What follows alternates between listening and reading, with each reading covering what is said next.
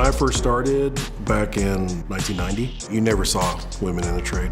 You get a woman out there in a pair of coveralls, grab an airless line, and they're going to climb up a tower. People, they're not accustomed to seeing that, so it's foreign to them, and therefore it's not accepted. Many of the men that you're working with have the idea that women aren't strong enough, aren't going to be able to keep up. They kind of look at me different, a little bit sideways, because they're like, what are you doing here? Well, I didn't know I was just a woman in a trade job. I always thought it was just a job. They didn't want me on the job site when I first went out.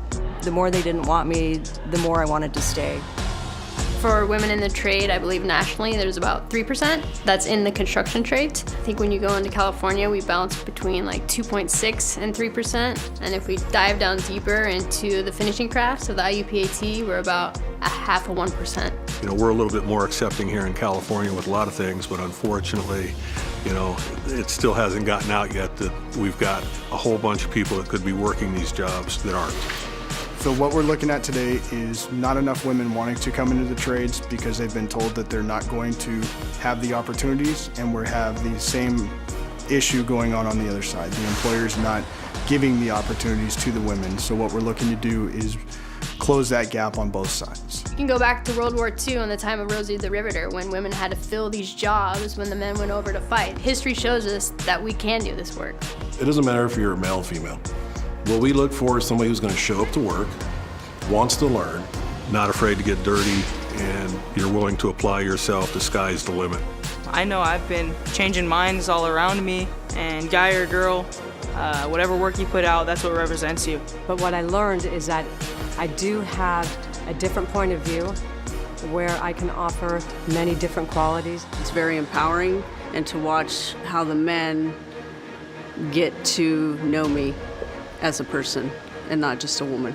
I have earned the respect of the men because I work alongside of them. I'm just not a voice. I will stand there shoulder to shoulder to get the job done.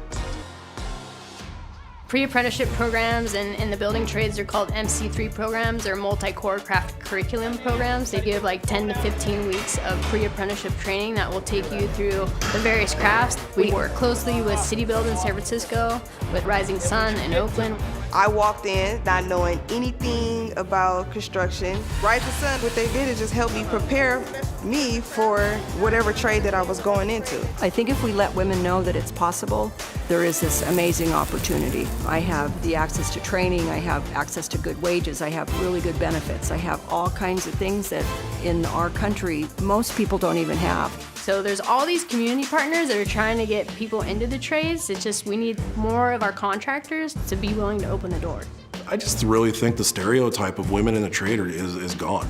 I think there's so many women that are eager to jump into a career in the construction trades, especially the finishing trades. I think if we can get our contractors on board just to crack that door open, that plenty of women are going to come through. It would be unfair not to. You may be missing some of the best hands you've ever had that can do the job.